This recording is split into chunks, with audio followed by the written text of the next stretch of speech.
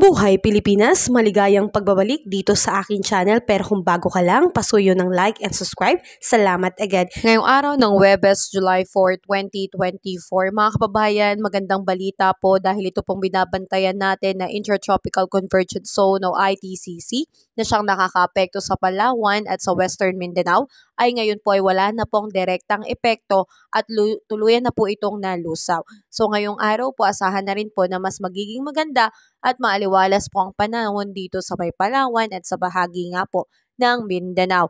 At sa malaking bahagi po ng ating bansa, tanging easterlies na lang po ang siyang nakakaapekto. Kaya asahan po natin dito sa may Luzon, Visayas ay patuloy pong makararanas ng maaliwalas na panahon lalo na sa umaga at sa tanghali may kainitan po. Pero pagdating ng hapon at gabi, may tsansa po ng pagkakaroon ng mga localized thunderstorm.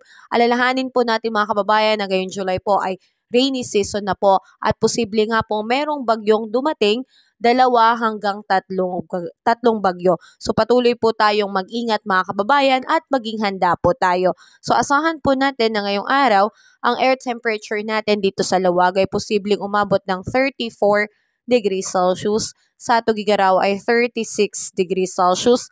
Baguio, 25 degrees Celsius. Metro Manila, 34 degrees Celsius.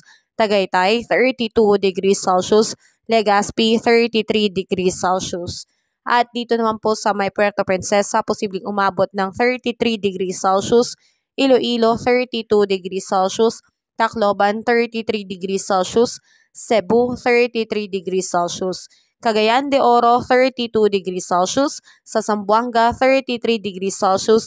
At sa Davao po ay aabot ng 34 degrees Celsius. So mga kababayan, maganda po ang araw natin ngayon. Maraming lugar po sa ating bansa makararanas ng maliwalas na panahon pero hindi po natin isinasantabi ang tsansa ng pagkakaroon ng pag-ulan lalo na sa hapon at gabi. Kaya ugaliin pa rin po nating magdala ng payong kung tayo po ay may planong lumabas ng bahay. At tayo po ay maging handa dahil tulad nga po ng sinabi ko kanina, posibleng merong 2 o hanggang 3 bagyo ang dumating sa ating bansa. Pero sa ngayon ay wala pa po. So patuloy pa rin tayong maging updated sa ating ulat panahon upang lagi po tayong maging aware mga kabayan. Kabayan, kung nakatulong sa iyo ang video na to, huwag mo namang kalimutang mag-like and subscribe at pasuyo na rin po, pahit na rin po ng notification bell para updated ka sa mga susunod ko pang weather update. Muli, maraming salamat, ingat, God bless po kabayan.